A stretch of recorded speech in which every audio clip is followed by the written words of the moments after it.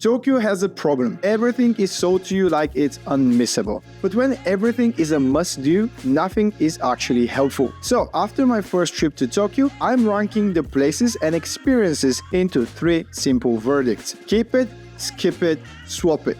First up, the skips. Omotesando is gorgeous, but I live in London. And the majority of the shops here are European high-end shops. If you come all the way to Tokyo, don't spend it on shops you have already got at home. It's in the little streets that you're gonna find something a little bit more Japanese. Duck into the little independent shops in the Harajuku back street. Quite a lot of good shops around here. A lot of like bespoke places where you can only get like some Japanese brands. Yeah, it's a really nice district. Shopping went well. Akihabara. If you are an anime, manga, or gaming person, this is your Disneyland. Bump it way up. If you are not, it's a lot of toys and it will feel like sensory overload. Be honest with yourself about which one you are. Takeshita Street. Skip it. It's a wall of people, sugar queues, and shops I didn't really come to Tokyo for. The one exception, if you are into animal cafes, you'll love it. I'm not, so for me, it's a skip or 10 minutes max. Quick bonus before my biggest disappointment. 3 photo spots that actually delivered. The National Art Center, especially that huge glass wave entrance and the escalator ride down. Shintonshin Pedestrian Bridge in Shinjuku. This is the bridge shot with the city, traffic, and skyscrapers around you. Very Tokyo movie scene energy. The Odaiba Seaside Park Observation Deck. For the Rainbow Bridge, the skyline, and one of the best sunset views I had in Tokyo. Ueno Park, my biggest disappointment. Oh wow, this is a proper sakura tree. In my head, pink, quiet, peaceful. What I got was packed. It felt less like a serene sakura moment and a lot more like a music festival with better trees. We thought it's gonna be a little bit more zen, walking the park, enjoying the sakura trees, but it's more of a festival vibe. Loads of people hanging out, drinking, celebrating spring. That said, if you want that festival energy, the food stalls, a picnic with the crowd, this might be your number one. Okay guys, enough grumpy old man vibes. Tokyo is incredible, and I promise it only gets better from here. But some T's&C's may apply. Senso-ji. Senso-ji? Senso-ji is genuinely beautiful and iconic, and you should see it. However, it gets absolutely rammed. So go early in the morning or you will be shoulder to shoulder. And a confession from me. It's a nice shrine, especially for a city. But in comparison to what we saw in Kyoto, the temples are on a completely different level. So poor Sensō-ji never really stood a chance with us. If Tokyo is your first stop, you'll probably love it more than we did. Meiji Jingu. Our first impression was nice, not whoa. And I'll be honest, we didn't give this one a fair shot. But I feel like if you give it time, it's a genuinely peaceful escape in the middle of the city. And that Akihabara wall is one of the best photo spots in Tokyo. The Hachikō Statue. Here's your warning, it's a hero or a zero. The first time I went, there was barely anyone there. The second time, I was genuinely worried for Hachiko's safety. It was that cramped. Timing is everything with this one. Go early or go late. Shinjuku is the Tokyo you picture. Neon, chaos, a literal Godzilla staring down at you. You should see it at least once.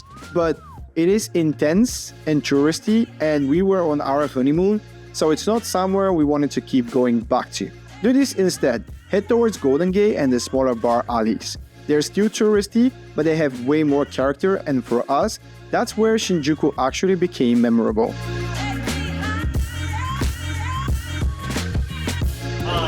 So cool.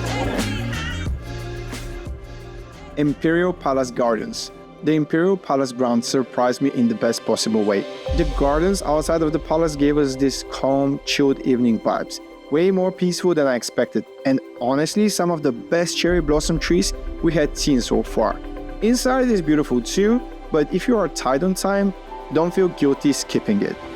time for the most useful swap in Tokyo. Tokyo Tower is beautiful, but the observation ticket is around 16 quid, and for me, that money is better spent somewhere else. So yes, go see it, get close to it, it's one of the most beautiful buildings in the city. But the best view I found wasn't from the Tokyo Tower. Notice instead, go to the Tokyo Metropolitan Government Building. It's free, the views are incredible, and spoiler alert, it ended up in my top 3 places in Tokyo. But we'll get to the top 3 in a second. First, the must-dos. Don Quixote is a must. Aisles and aisles of snacks, skincare, socks, souvenirs, and things I still can't explain. It's not shopping, it's an experience. Go in for one thing, come out with a bag of nonsense and zero regrets. Shibuya Crossing. Giga mega touristy. Probably the most touristy thing you can do in Tokyo.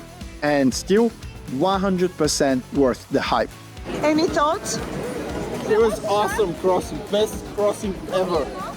Because it's not just the crossing, it's watching everyone commit to it. There's a guy wearing pink. He's in there. He's ready. He goes for it. Look at him, the champion. Look at him. People lying on the street, tourists filming, locals somehow gliding through it. It's silly, it's chaotic, and it completely works. I crossed it more than 15 times, and honestly, I'll do it again. The rest of Shibuya was okay, loud, busy, full on, but the crossing itself, non-negotiable. A proper bucket list moment. Top 3. Number 3, and probably my biggest surprise in Tokyo, was Odaiba Beach at sunset. This felt like a hidden gem. Far from the crowds, quiet, open, and just gorgeous. You've got the Rainbow Bridge lighting up, the Statue of Liberty, the skyline, the water, and the observation deck at Odaiba Seaside Park. After the chaos of central Tokyo, this was the exhale I didn't know I needed. I'm just going to let the footage do the talking. Number 2, Tokyo Metropolitan Government Building. I told you it would be back. 0 yen, the whole city at your feet, and if you get lucky with the weather, you can even see Mount Fuji in the distance.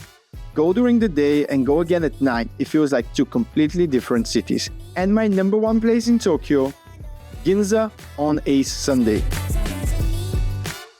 Here's the magic, they close the whole street to cars. So, one of the busiest, most polished shopping streets in the world suddenly turns into this calm pedestrian paradise.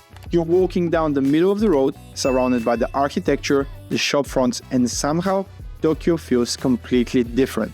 And a pro tip, don't just walk through Ginza. Sit down for lunch there. Prime lunch at Ginza on the last day. I mean, you cannot ask for a better seat than this one. Beautiful. Because eating something delicious while the city slows down around you, that's the moment that made it number 1 for me. Nobody really tells first-timers to plan around this. I am. Go on a Sunday. But the truth is, if I had to choose one thing to go back for, my real number 1 would be the food. The tea experience at Sakurai Japanese Tea Experience, or the omakase we had at Shizen Omakase. Because those weren't just meals. They felt like Tokyo explained without words. The precision, the calm, the care, the respect for the ingredients, the beauty of doing one thing properly. So yeah, my real number 1 Tokyo experience, the food, easily.